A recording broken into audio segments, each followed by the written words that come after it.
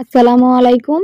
কাপড়ের হিসাব সহ কিভাবে এই প্যান্টটি কাটিং এবং সেলাই করবেন সম্পূর্ণ ভিডিওতে দেওয়া আছে। তো ভিডিওটি সম্পূর্ণ দেখবেন, তাহলে আপনারা এরকম বানাতে পারবেন। এখানে আমি 12 গিরা কাপড় নিয়েছি।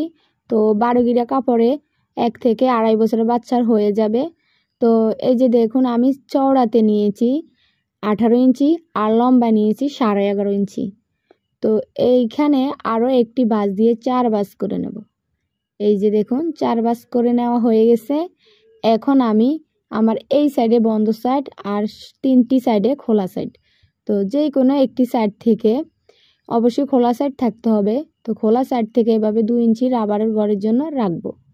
রেখে এই যে এইখান থেকে হাইয়ের মাপটি নেব 7.5 ইঞ্চি। তো আপনারা চাইলে 8 ইঞ্চিও নিতে পারেন। তো আমি এখানে 7.5 ইঞ্চি দাগ দিলাম। তো এইভাবে দাগ দেওয়ার পর এইখান থেকে পায়ের মোহরা নেব। দেখেন পায়ের মোহরা নিচ্ছি আমি এখানে 7 ইঞ্চি। এইভাবে রাউন্ড শেপ করে দেব। একেবারে ইজি এই প্যান্টটি, শুধু একটু সেলাই করার সময় আপনাদের ভালোভাবে খেয়াল রাখতে হবে। তো এই যে এইখান থেকে 3 ইঞ্চিতে, এটা কিন্তু বন্ধ সাইড, তো 3 ইঞ্চিতে এভাবে দাগ দিয়ে নেবেন। আর এইখান থেকে এইভাবে গোল শেপ করে দেবেন, অনেকটা ইউ শেপের মতো এইভাবে করে দেবেন। তো এই যে দেখুন মার্ক করা হয়ে গেছে। এখন কাটিং করে নেব। সেলাই কাজের A to Z সব ভিডিও পেতে হলে আমার চ্যানেলটি সাবস্ক্রাইব করে দিবেন।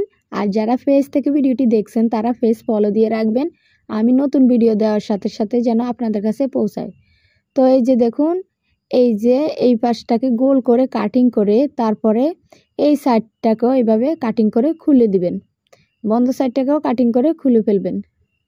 এই যে দেখেন এখন আলাদা আলাদা 4টি টুকরো হয়েছে। তো এই 4টি টুকরোকে আমি সেলাই করে অ্যাডজাস্ট করে নেব। তো এই যে এক পাশে 2টি, আরেক পাশে 2টি, এই যে মোট 4টি পার্ট।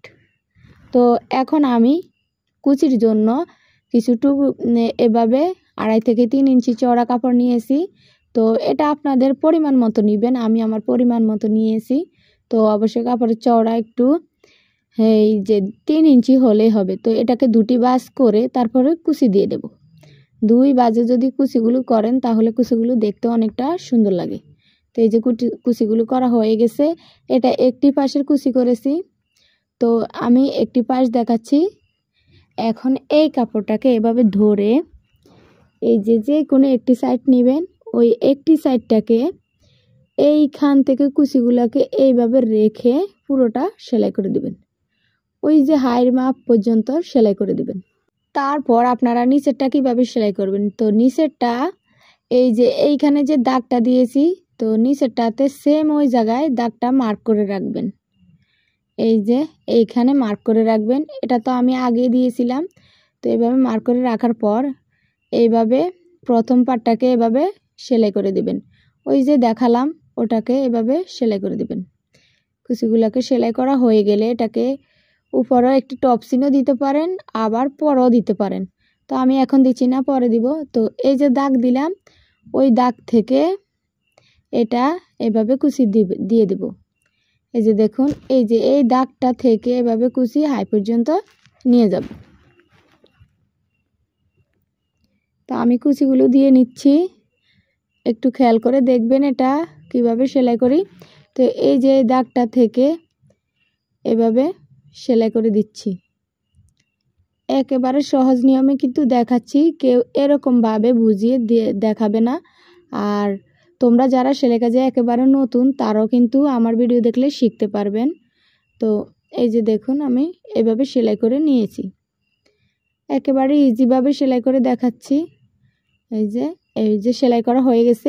এখন একটার সাথে একটা কিভাবে জয়েন করবেন, তো দুইটাকে দুই পাশে এভাবে রেখে তারপরে যেটা বড় সাইজের কুচিগুলো লাগিয়েছি পুরোটাতে, ওটা এভাবে উপরে রেখে আর ওইটা নিচে রেখে এভাবে সেলাই করে দিব। ওই যে অর্ধেক পর্যন্ত যে দাগ দিয়েছিলাম ওই দাগ পর্যন্ত সেলাই করে দিব, তাহলে কিন্তু হয়ে যাবে। এই যে এই দাগ পর্যন্ত সেলাই করে দেব। তো একেবারে ইজি নিয়মে শিখাচ্ছি।